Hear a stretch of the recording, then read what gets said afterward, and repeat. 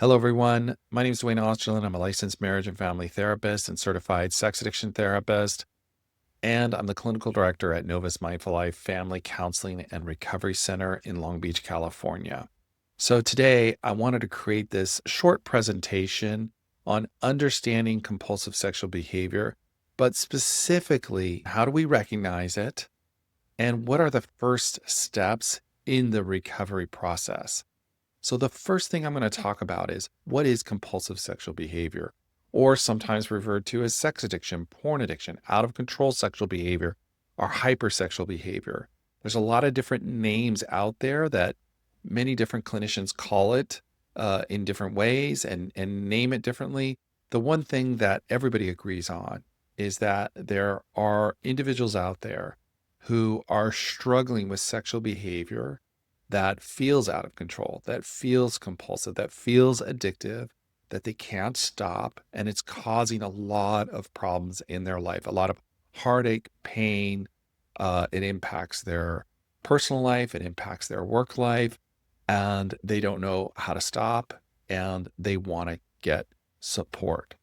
So, we're going to look at that. Firstly, how we do that. We have a lot of different tools at Novus to be able to assess someone who is struggling with these issues. Now, when we do that, we're looking at three main categories. I'm going to talk about what those three categories are right now. And this is how we make an initial assessment for compulsive sexual behavior. So we go in, we look at these three broad categories, and we're really able to say, yeah, this is an issue for you, and this is how we can help you with that. So let's go through those three categories. The first thing we look at is consequences, impact on life and relationships.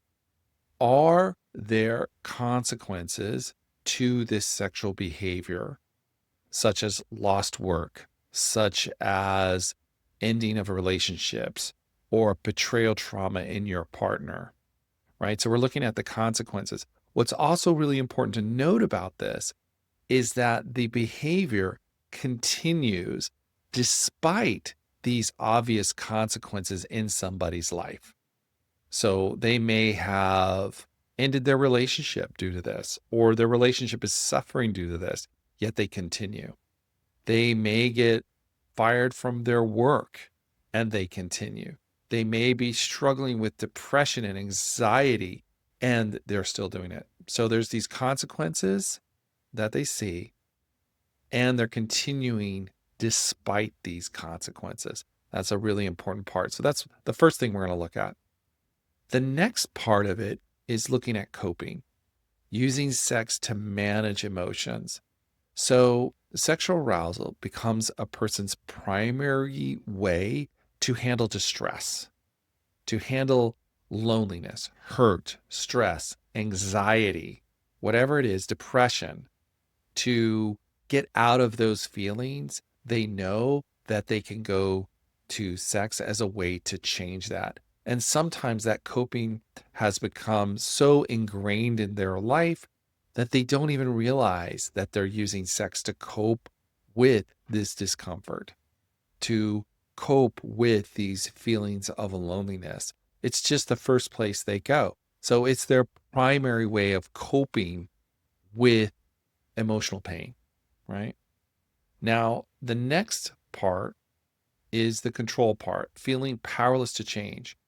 So has the person made continuous promises to themselves to say, okay, this is it. I'm not going to do this anymore. I'm done. It's causing too many problems in my life.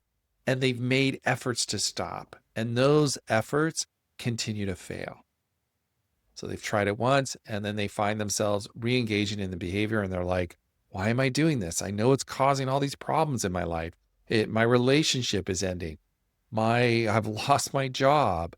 I don't have any life outside of pornography and sexual pursuit, and I need to stop. And they've tried. They've made promises to themselves.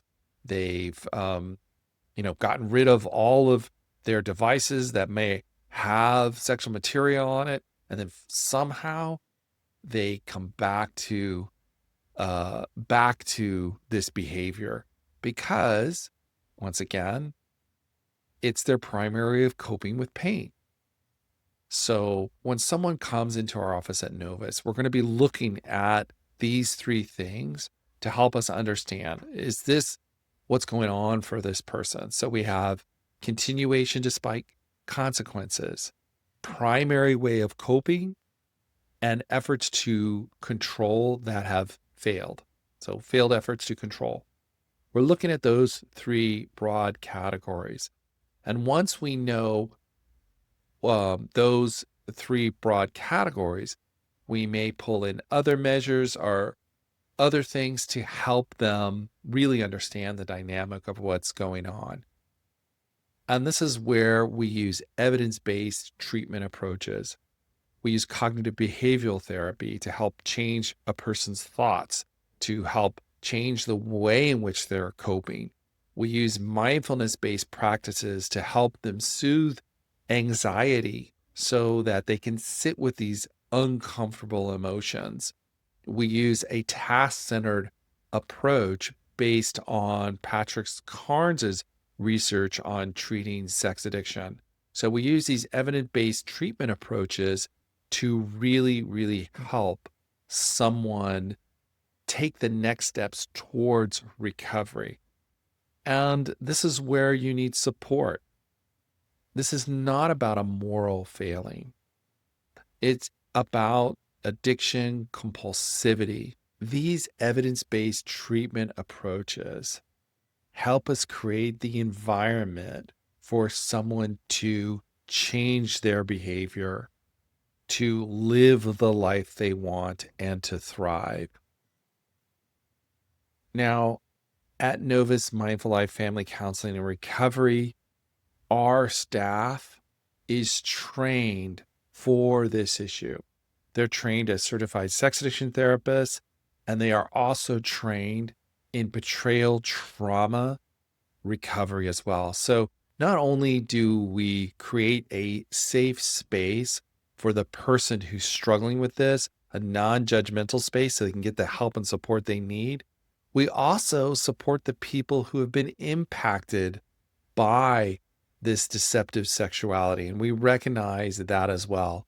So we treat the whole system because everybody's impacted by this, and you need that support to be able to overcome this and really take the next steps towards recovery. So take that next step. You don't have to do this alone. We're not here to judge you. We don't see this as a moral failing. We see this as a mental health issue that is treatable. And that's why we do this work. And you can text or call us at 562-431-5100, and we will answer any questions that you have. So thank you for watching this video, and reach out to us if you need support.